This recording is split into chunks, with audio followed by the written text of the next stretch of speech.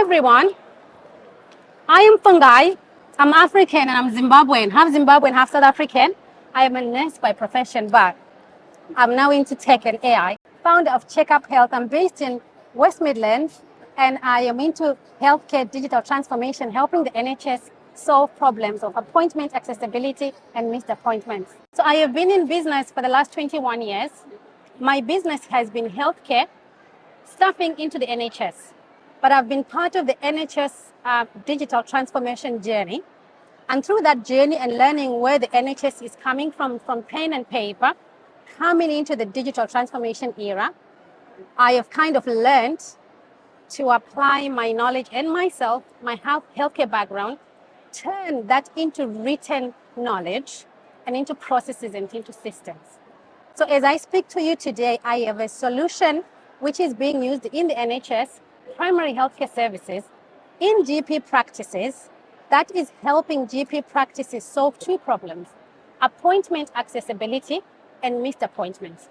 And we are applying AI in this technology for decision making and for matching patients to the right practitioners who speak their languages. And AI picks up, if you can type into an app, into a system in your language, and that information is translated into English, and you are matched with the right practitioner to match your requirements, and you can have an appointment with a GP. So this is how I have been involved in AI. And today I would like to share some insights that I have. And I really hope that you can take those insights and go and apply them in whatever you're doing in your everyday life. So for me, I started this journey as well for applying AI business processes when I lost nearly the whole business in 2008-9 when we had the recession. I had 5 offices across England. And within my offices, I employed more than 40 people, managers and team leaders. And I woke up to emails that contracts had been cancelled. And so I needed to deal with employment law of how I was going to make people redundant. I needed to scale down and restart. And I needed to make a decision. Was I still going to be able to run a business? And guess what? When I had solicitors, administrator, people come to look at the business, they say to me, there's hardly anything to salvage from this business. Because if we take you out of the equation, and if we took the NHS contracts away, there is no business left, you know? And that was harsh, but it was the truth. Yet, I had these 40 families to feed and still make sure they were fed till I had done the redundancy processes. So I always say to people, that enrolled me into university of how to scale down, how to gain your thick skin, and how to start afresh, but on solid grounds and foundations. And so that is how my disruptive thinking also started to grow and to wake up. And after that, I decided I was going to depend on technology to help me create a business that had written processes that can be replicated. It doesn't matter who is behind that desk. The key is there a computer? Is the desk open? Is the internet working? And if it is, anybody can sit in that chair and do the job. So for me, this was the first step of applying AI and technology, digital transformation into business processes and creating a business that works for you rather than work for the business. So how did I do it? I'm just going to give my case scenario again, and feel free to take this information and go and use it. So I sat down and thought about my desk as the director and the owner of the business. What do I do every day? When I wake up and walk into that office in the morning, what do I do? And I wrote everything down to the minute detail. I walk in, I go to the kitchen, I make my tea, and I go to the bathroom, and I take off my jacket, and I sit on my desk, I open my laptop, I open emails, which is Outlook. So I work using Outlook, Microsoft Word, Microsoft Excel. What else do we use? Office applications, Microsoft, all the Microsoft Office applications. So these are the applications that I'm using every day. And so in your mailbox, again, how is it structured? How many emails are coming in? How many emails am I opening every day? Do I need to be opening these emails at a given time? Do you understand? And so if you look at your day-to-day duties and activities, if you want to streamline processes and make technology help you, this is where AI can come in as well. Yeah? So my sister was talking about she wants to scale down and she's really wanting to have that life balance.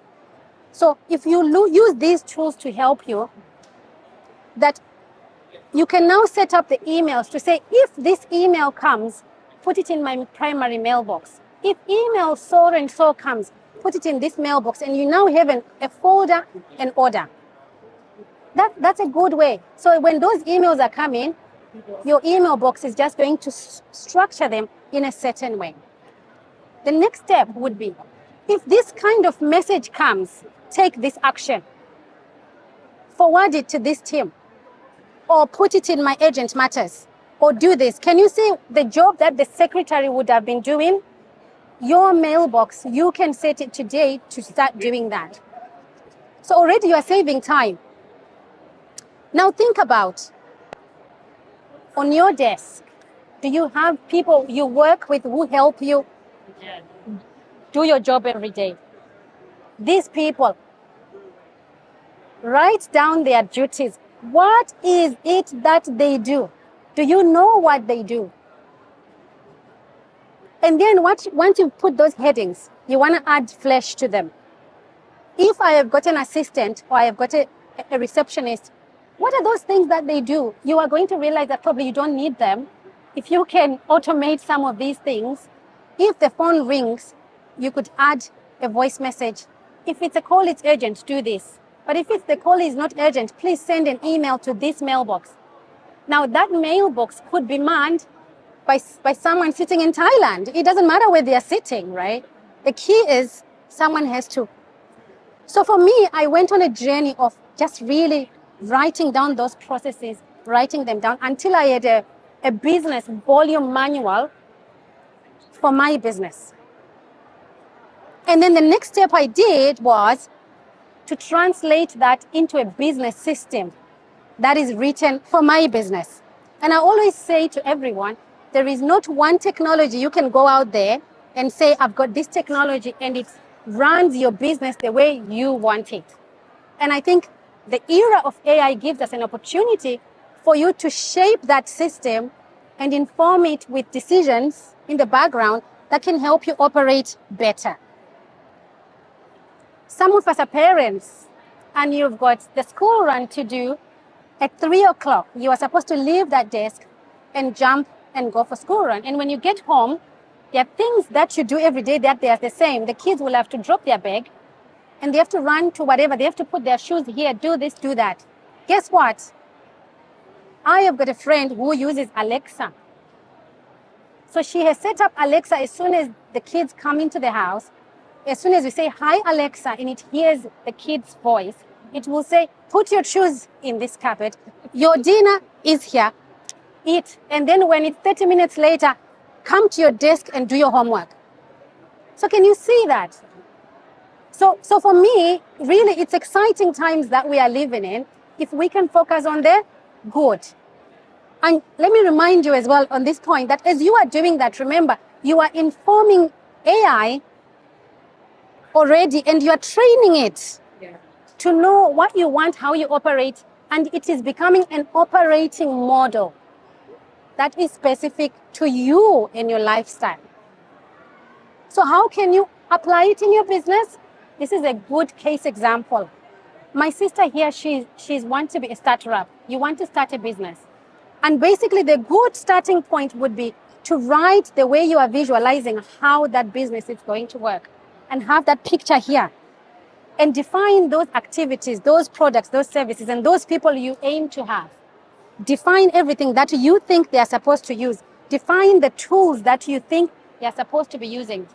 Are you going to be using Gmail? And if it's Gmail, what opportunities are in Gmail that you can add onto your layers? What are going to be the communication channels? What are going to be the prompts? How are you going to deliver the product and the service? So then AI can help you with decision making with automation and with prompting. So that's a good case example. Now, interaction, is there anybody who is applying it in this way that I've just described? You are in creativity? Sorry? Are you applying it that way in creativity? In my business, so I have certain Speak up a bit for those guys.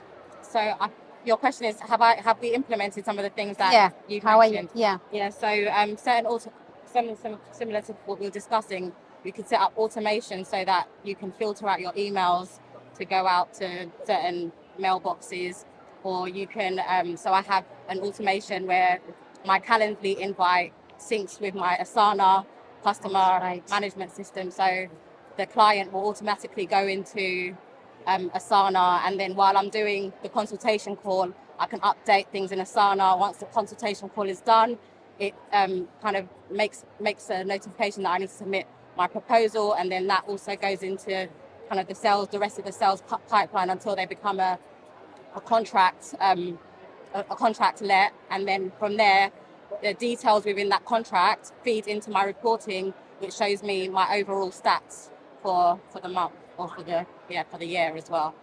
There you go. There is a sister applying it.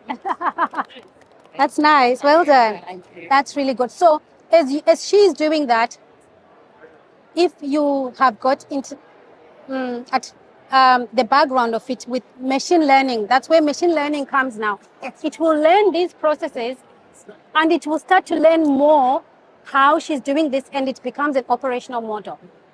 So I really hope that example helps someone. But it can be applied even in our everyday life, just like that, you know?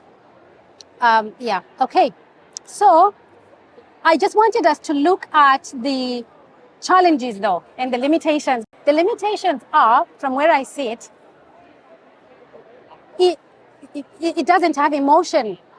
Yeah, we as human, we think AI is going to take over, and oh my gosh, it's going to take over human beings. AI doesn't have emotion. These are robots. AI is artificial intelligence driven by a computer, and it only feeds on information that us humans put into it. But it doesn't have emotion. It's either 1 + 1 = 2. It has got no gray areas, right? So those are the limitations. Because when you ask it a question, it is going to answer that question based on the information that has been put into it prior, and it bases its decisions based on that. So those are some of the limitations that we need to be aware of. And so when we are putting information into it, we just need to be conscious that this thing doesn't have emotion. We have to be ethical, and we have to be responsible in our actions. I think we must stay within our legal guidance of whatever jurisdiction that we work within, and be sure that when we are putting information in it, we are conscious that whatever you are putting in there, it can impact people's lives. And so we have to use it for good. So for me, that's important. So I think if we can think from a place of positive, there is more we can get out of it. So thank you so much for attending this workshop. Oh, yes. I am big on social media. Instagram, Fungai Ndemera. Facebook, Fungai Ndemera. LinkedIn, Fungai Ndemera. And TikTok, Fungai Ndemera. Thank you.